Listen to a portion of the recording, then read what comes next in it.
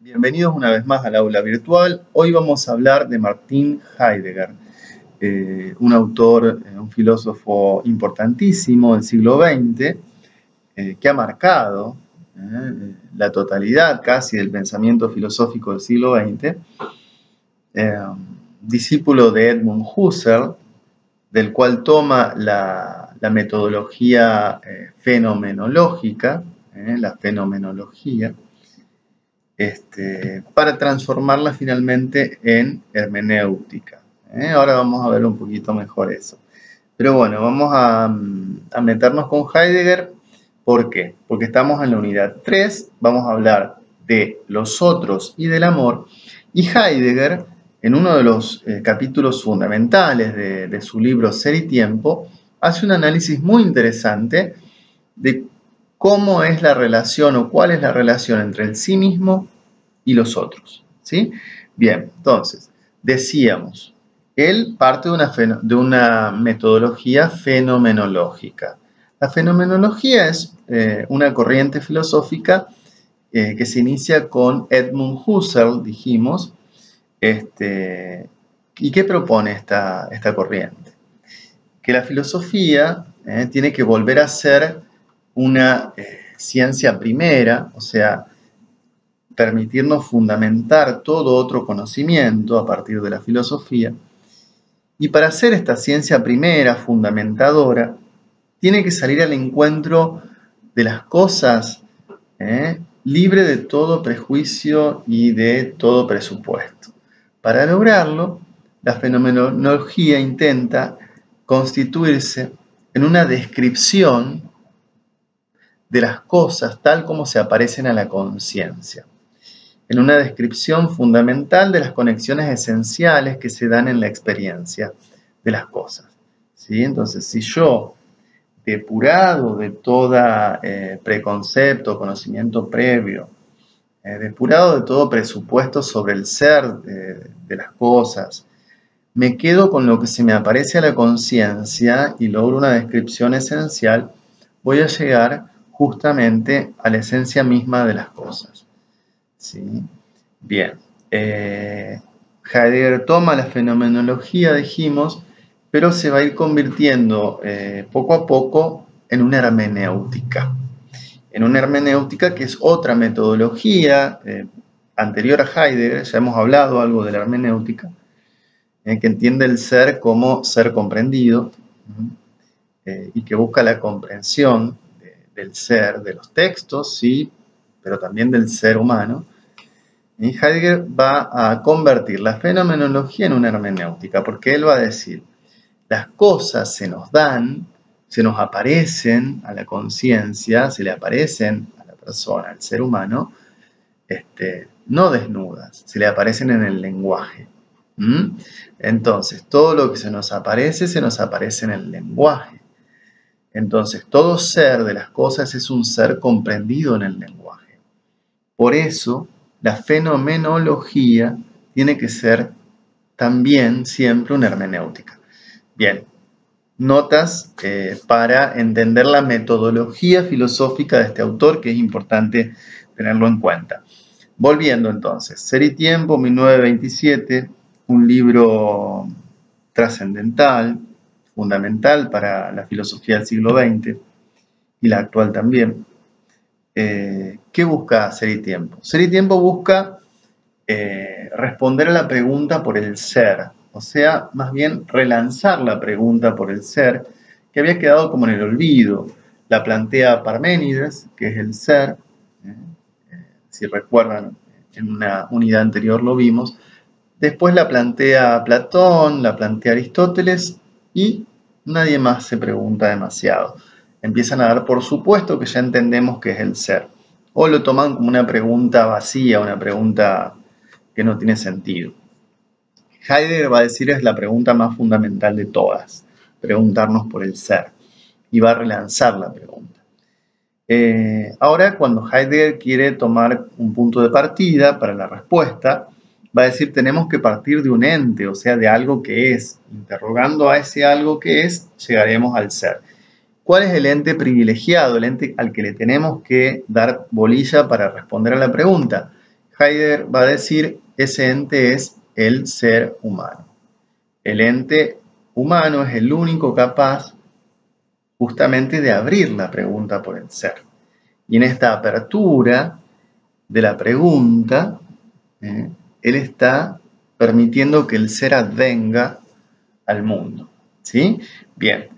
Entonces Heidegger empieza a hacer una fenomenología de este ser humano, pero no del ser humano en general, sino de ese que en cada caso somos existiendo. ¿Sí? Y le va a llamar Dasein. No le va a llamar al ser humano, ni persona, ni hombre, ni sujeto, ni alma, ni ninguna de los términos usados tradicionalmente para nombrarnos a nosotros. En cambio, ¿por qué no lo hace? Porque esos términos están contaminados por una metafísica caduca, una metafísica errónea. ¿Sí? Una metafísica que identifica al ser humano con las cosas o lo describe del mismo modo en que describiría un mueble o un perro. Y no somos eso.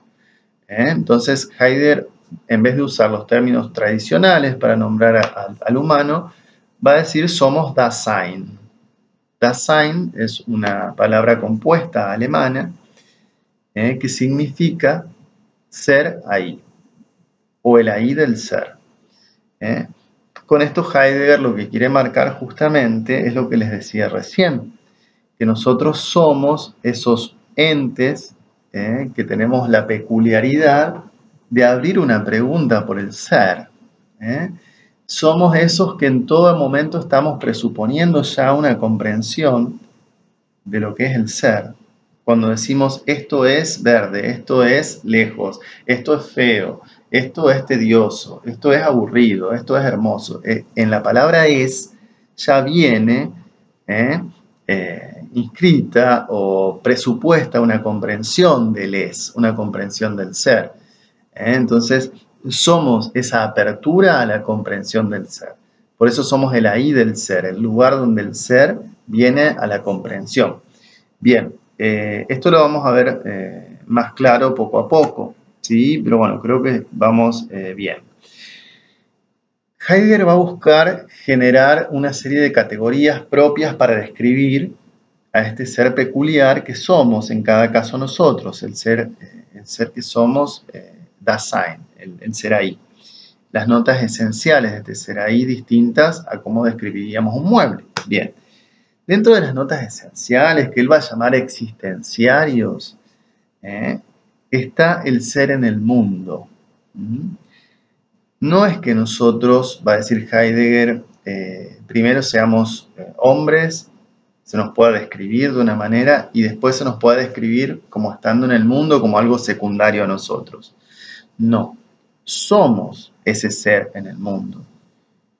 Y el mundo es en tanto nosotros somos. O sea, hay una conexión esencial, inseparable, impensable por fuera de la relación entre hombre y mundo. Entre Dasein, ser ahí, y mundo. Somos en el mundo y el mundo es porque nosotros somos. Entonces Heidegger se pregunta, ¿qué es el mundo? ¿Qué es el mundo?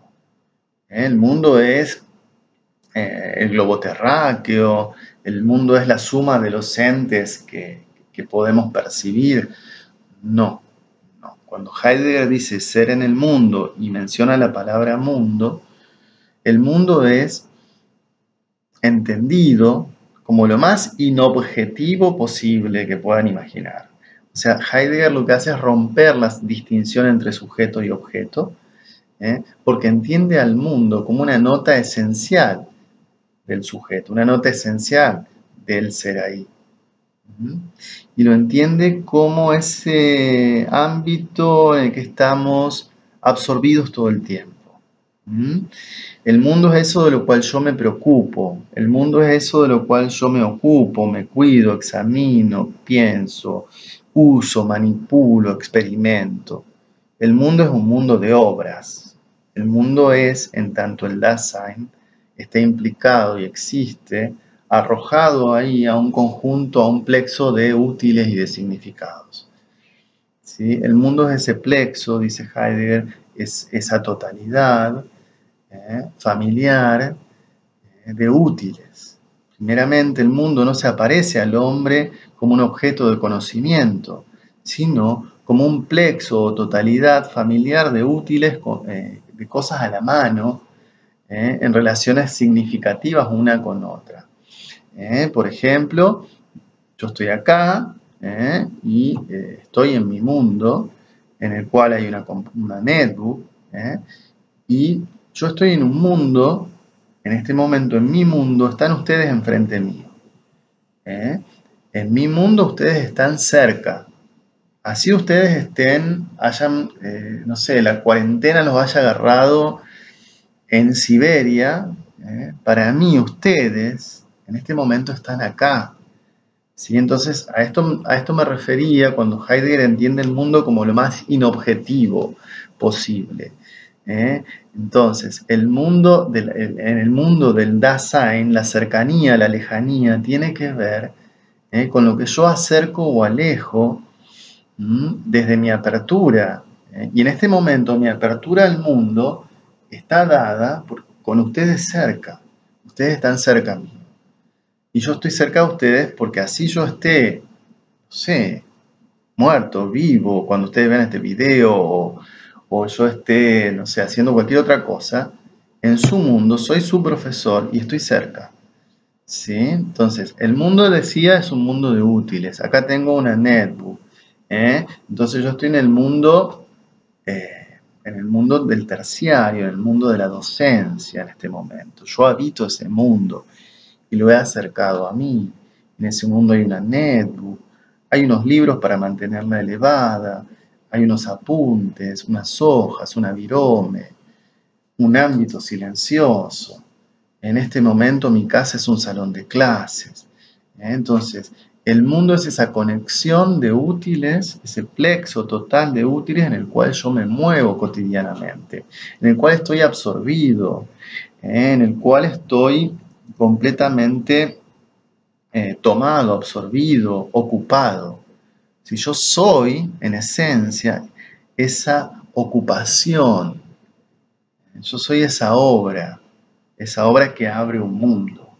¿Sí? Entonces, los mundos son un plexo o totalidad familiar de útiles, referidos siempre en último término a un Dasein, en particular en este caso a mí y a ustedes. Ustedes se me aparecen en mi mundo como alumnos. Yo les aparezco en su mundo como profesor en este caso. ¿Sí? Entonces los otros siempre se nos dan en este mundo de útiles, ¿sí? En el que nos movemos en cada caso siempre. ¿Sí? Entonces el mundo es una red de útiles. El útil tiene la característica de ser de ser algo para otra cosa.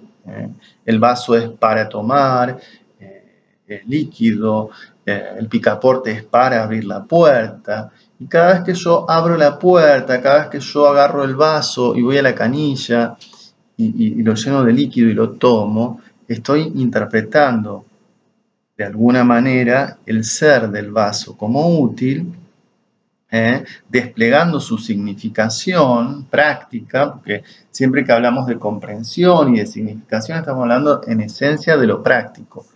Yo al comprender el ser de este ente llamado vaso, estoy abriendo una posibilidad para mí, la posibilidad de tomar agua, ¿sí? Y sobrevivir y nutrirme a través del líquido. ¿Sí? Entonces, para recapitular, nosotros somos en todo momento comprendiendo el ser de los entes en tanto útiles. Es una comprensión práctica, vivencial, afectiva que tenemos de ese plexo familiar de útiles que nos son a la mano, porque parte de la esencia del ser útil es ser a la mano, ¿sí? Es estar al alcance justamente de mi mano. Mi mundo es ese plexo familiar de útiles a la mano, que a medida que comprendo, en el sentido de su significado práctico para mí, abro posibilidades y me arrojo a ellas. Entonces yo comprendo la computadora esta que tengo acá como un útil para comunicarme con ustedes, y me lanzo a la posibilidad de dar una clase a través de este útil computadora. ¿sí? Entonces, siempre que hablamos del Dasein como un ser que existe en la comprensión, existe en tanto comprende el ser de una determinada manera y esa comprensión le abre posibilidades de ser y existir, decimos esto, ¿sí? No estamos hablando de nada intelectual, estamos hablando de estar arrojados a un mundo de útiles y de una comprensión de tipo práctico, comprender el para qué, ¿sí? De una totalidad de conformidad, una totalidad que es familiar, ¿sí? Ahora, si a mí me traen, no sé, un objeto propio de que usaría un científico que estudia la mecánica cuántica y me lo ponen acá, no lo comprendería. Podría usarlo de pisapapeles, no sé, un determinado aparato para estudiar los átomos. Lo usaría de pisapapeles, ¿no? Esa sería mi comprensión y la posibilidad que abriría ese ente sería esa, ¿no? Obviamente un científico lo comprendería de otra manera y las posibilidades que le abriría a ese objeto útil serían muchas otras, ¿sí? Entonces, cada uno vive en su mundo, en la comprensión atemática, acrítica, familiar, dada, de esos útiles que le hacen frente en el mundo, ¿sí? Fíjense cómo estamos rompiendo con toda visión objetiva, con toda visión dualista que separa sujeto y objeto. O sea, vamos a ver que hace lo mismo Heidegger rompiendo la división entre sí mismo y otros. Pero bueno, estamos en romper la división sujeto-objeto. Somos el mundo el mundo es en nosotros, ¿sí? Bien, ¿qué más podemos decir? Entonces, esta absorción en el mundo, que en cada caso somos comprendiendo dicho mundo, hace a lo que le podemos llamar la cotidianeidad del Dasein, de ese que somos en cada caso. La cotidianidad es esa forma de existir en la que me encuentro todos los días. Una forma de existencia que me domina a lo largo de toda mi vida, muchas veces de la cual nunca rompo, nunca salgo. Ese es ese día a día igual a otro, ¿sí? Es esa uniformidad, esa uniformización más bien, es ese ir arrancando hojas de un calendario, siempre igual, ¿sí? Entonces yo soy absorbido en mi cotidianeidad por una apertura del mundo, por una comprensión del mundo estereotipada, fijada, sólida, rígida. Y en esto tiene mucho que ver nuestro ser con nosotros, ¿sí? Bien, entonces el comprender el mundo que no es el más auténtico que puedo tener, que Heidegger le va a llamar un comprender impropio, tiene que ver con proyectarnos en aquello susceptible de que nos ocupemos. Proyectarnos sobre lo factible, lo urgente, lo ineludible de los asuntos cotidianos. Esperar lo que en cada caso tengo que esperar. Estar pendiente y ocupado del éxito o fracaso de determinados asuntos que en cada caso ya se me asignaron. Por ejemplo, el éxito o fracaso de esta clase. Estar absorbido en eso ahora y cuando salga de acá me voy a absorber en otra cosa. Y después en otra, ¿sí? Estar absorbido todo el tiempo en esa comprensión familiar, en ese mundo familiar de significaciones, de praxis, y quedarme ahí, tomado por eso. Yo soy eso. No es que sea y aparte haga eso, no, yo soy eso. Yo soy esa comprensión del mundo estereotipada que en cada caso tengo, y que ya ha sido preformulada y fabricada por otro que no soy yo. Yo soy y habito y proyecto algo que no soy yo, algo que no es mi sí mismo. En la cotidianeidad, siendo en la cotidianeidad, estoy absorbido en un mundo que forma parte de un proyecto que es ajeno, totalmente ajeno a mí, y me termina definiendo mi ser. ¿Sí? De esto vamos a hablar ahora, porque ahora lo vamos a referir justamente al tema que nos ocupa y nos convoca, que tiene que ver el ser de los otros. Entonces, para resumir esta parte que es el mundo es un todo de significados, de significatividad, que tiene que ver con una comprensión determinada del ser de las cosas en tanto útiles, en tanto para qué es, en tanto lo a la mano, en lo cual todo el tiempo estoy ocupado, ¿sí? Entonces, mi mundo, como les decía, el mundo del docente, ahora estoy absorbido por ese mundo, y soy el docente. Entonces, me identifico a mí mismo en tanto abro una comprensión determinada de lo a la mano, referida al mundo de la docencia, en este caso. ¿Sí? Bien, pero yo acá también estoy con ustedes. Así ustedes estén lejos, están cerca. En mi mundo están re cerca, porque me ven cada gesto. Y cuando recuerdo a alguien también, ese alguien está cerca, porque cerca, lejos, en este mundo inobjetivo del que nos habla Heidegger y que es lo más primario, cuando hablamos del mundo hablamos de esto, no hablamos de otra cosa. Lo objetivo es un segundo momento, pero el mundo real, la realidad del mundo es esta. Cuando yo ahora me recuerdo un viejo amor, o una abuela que falleció, esas personas están acá, ¿sí? Yo les remarco esto porque quiero remarcarles lo inobjetivo del mundo. Bien, en este mundo nos encontramos con otros Dasein. Y estos otros Dasein, estos otros seres ahí, definen nuestro ser, definen mi ser. Cuando me pregunto quién soy, esa pregunta se la tengo que hacer a los otros. Porque los otros definen quién soy, no lo defino yo. Y esto esencialmente es así. Acá Heidegger no está haciendo, nos aclara ni un análisis psicológico, como podría hacerlo Freud después, o contemporáneo Heidegger, ni un análisis sociológico, ni un análisis antropológico o político de la relación entre yo y los otros. No, está haciendo un análisis filosófico que hace a la esencia del ser humano. Una nota esencial del ser humano tiene que ver con estar todo el tiempo definido en mi ser por los otros. Entonces, va a decir Heidegger, en ese mundo, en esa totalidad o plexo de referencias útiles, totalidad de significados prácticos con el que estoy familiarizado en cada caso, yo me encuentro con los otros.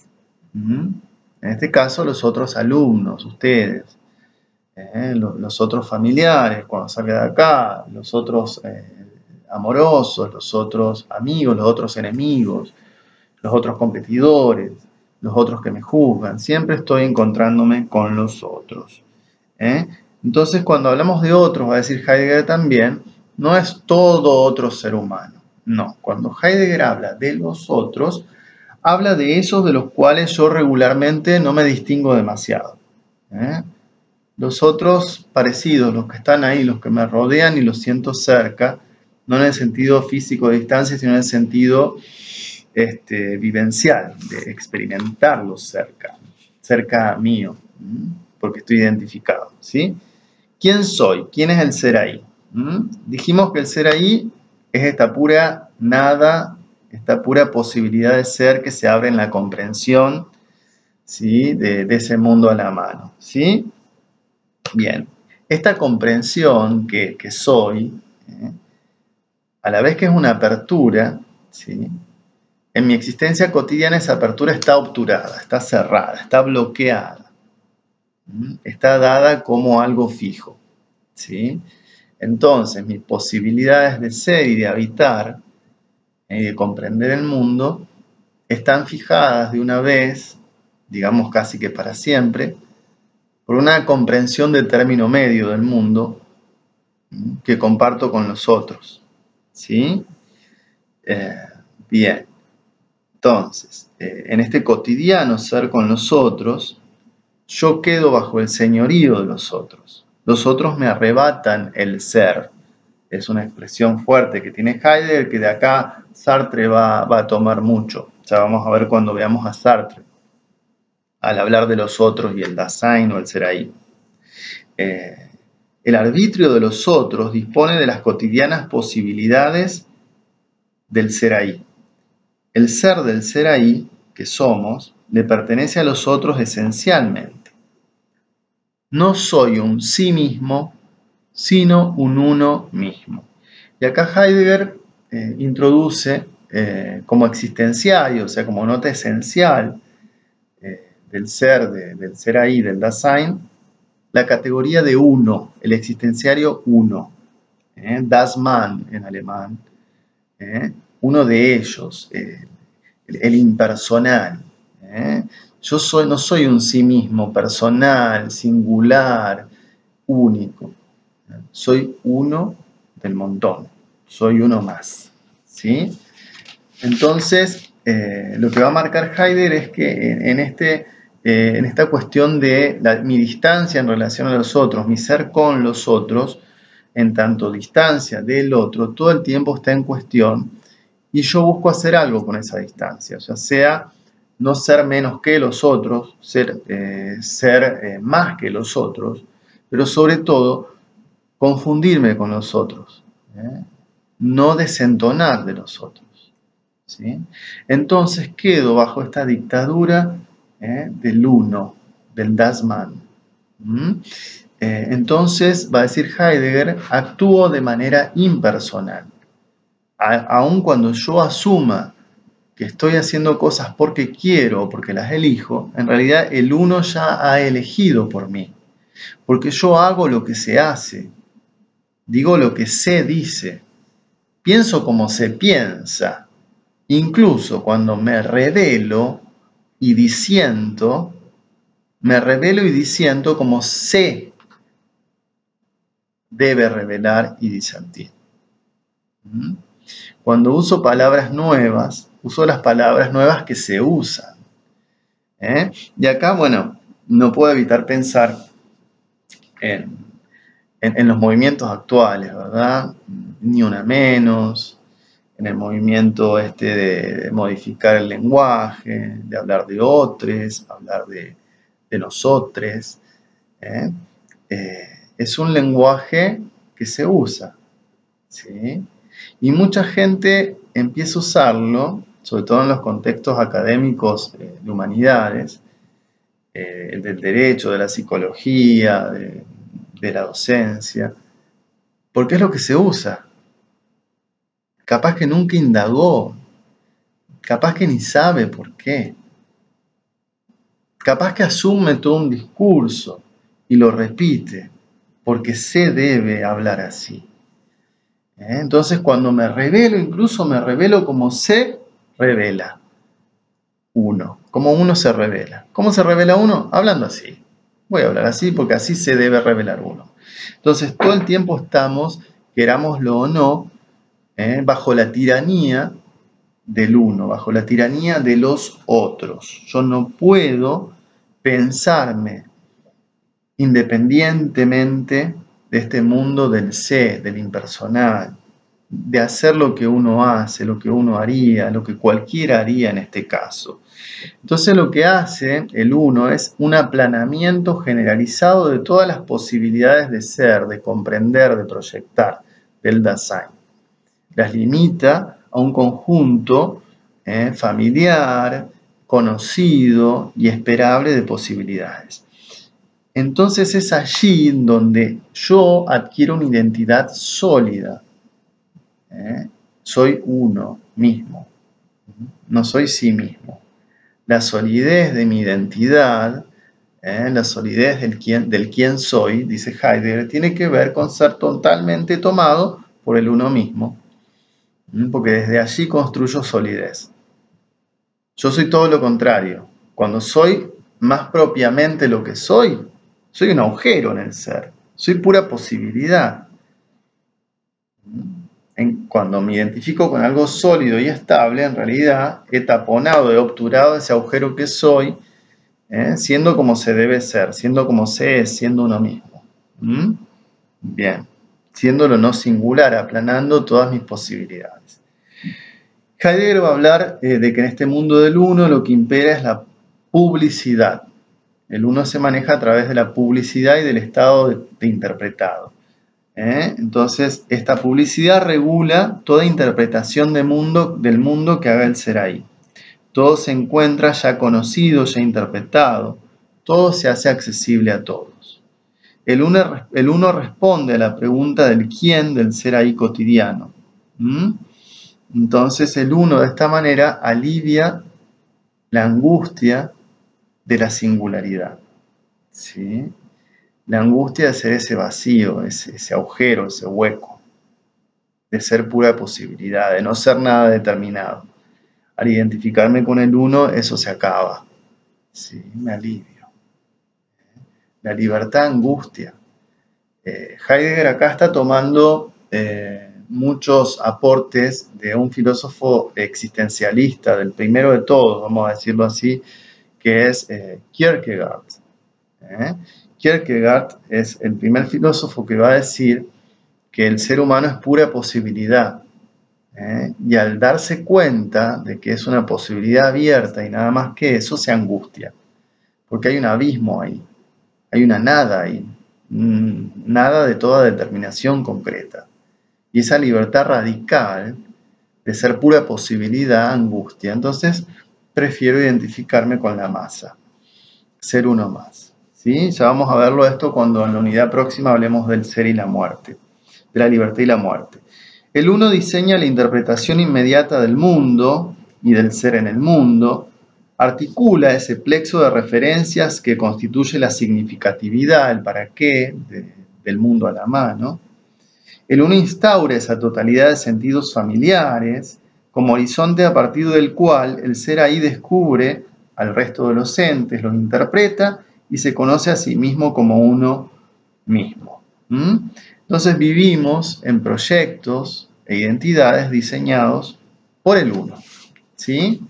Bien, para ir cerrando este tema vamos a hablar de tres existenciarios más que hacen esta apertura, a esta apertura al mundo que depende completamente de nuestra caída en el uno. Cuando hablamos de caída en Heidegger, la palabra caída es muy importante porque es un modo de existencia impropia, que es la existencia cotidiana en el uno. Hablamos de este ser en un mundo ya interpretado, ¿no? Y se dan estos fenómenos, las habladurías, que es todo el tiempo hablar, escribir, decir lo que todo el mundo dice y darlo todo por comprendido, aunque no haya una genuina relación nuestra con eso que suponemos haber comprendido, ¿sí? Es usar el lenguaje de un modo acrítico, sin pensar las palabras, sin interrogarlas, sin escucharlas. Es hablar por hablar, escribir por escribir.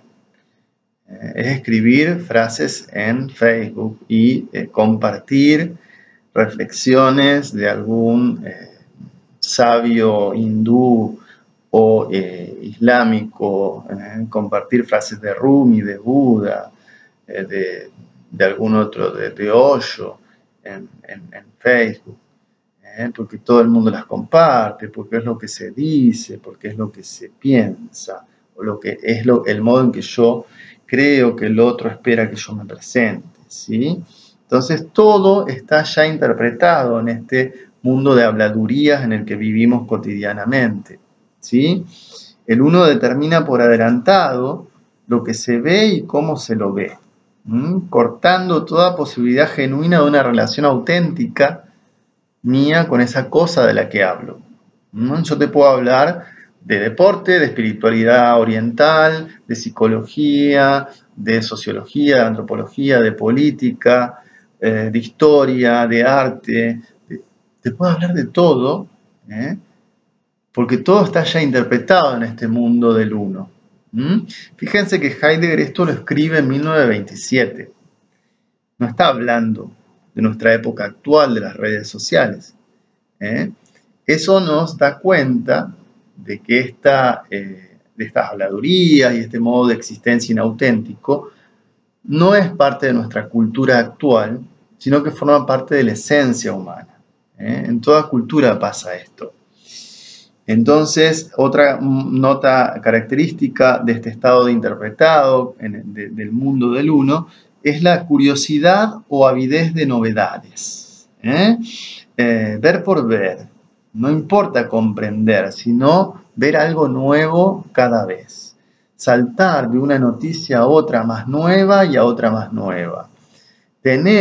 Consumir lo nuevo y dejarlo al tiempo para consumir algo más nuevo todavía. Entonces esta avidez, excitación permanente de lo nuevo, constituye también parte de nuestro ser cotidiano, absorbidos en el uno. Entonces la avidez por lo nuevo, la dispersión, estar en todas partes y no estar en ninguna. Fíjense cuánto nos habla esto de las redes sociales. Estar en Facebook, estar en Twitter, estar en Instagram, estar ahora en TikTok, estar en cada diario en red y no estar en ningún lado a la vez. Simplemente buscando lo nuevo, buscando adelantarnos a lo que va a venir. Estar ya sabiéndolo todo, pero por simplemente curiosidad y por simplemente escapar de preguntarnos cosas más esenciales, ¿verdad? ¿Qué va a venir ahora? ¿Qué coronavirus se viene mañana? Ya hay teorías y ya lo han adivinado y ya lo han predicho. Y aparece Anonymous ahora diciéndonos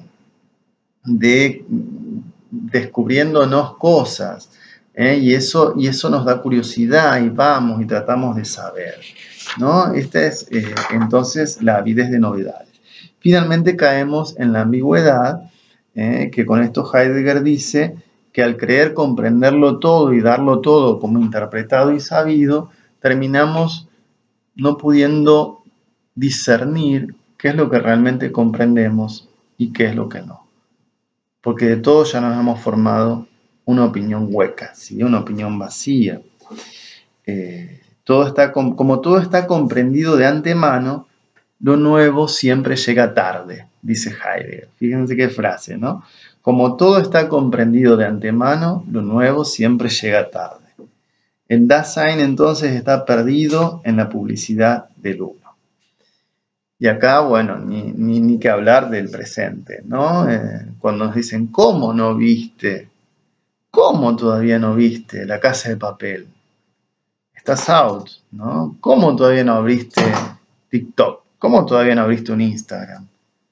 No puede ser, ¿no? Esta avidez, este saberlo todo, esta curiosidad, este consumismo, esta habladuría, esta escribiduría. Esto nos constituye, en tanto sumergidos en el uno, en una existencia inauténtica, ¿sí? Y de esta manera, para ir finalizando, es como los otros han robado nuestro ser, ¿sí? Entonces, la existencia de los otros nos roba el ser. Esto lo vamos a volver a retomar cuando trabajemos en Jean-Paul Sartre, en la próxima clase. Acá vamos a ir terminando. Espero haber sido claro. Les voy a mandar el material para tener también la lectura de este capítulo, de este aspecto de este capítulo de Heidegger, el ser y tiempo. Y espero cualquier pregunta, cualquier duda, me hagan la consulta.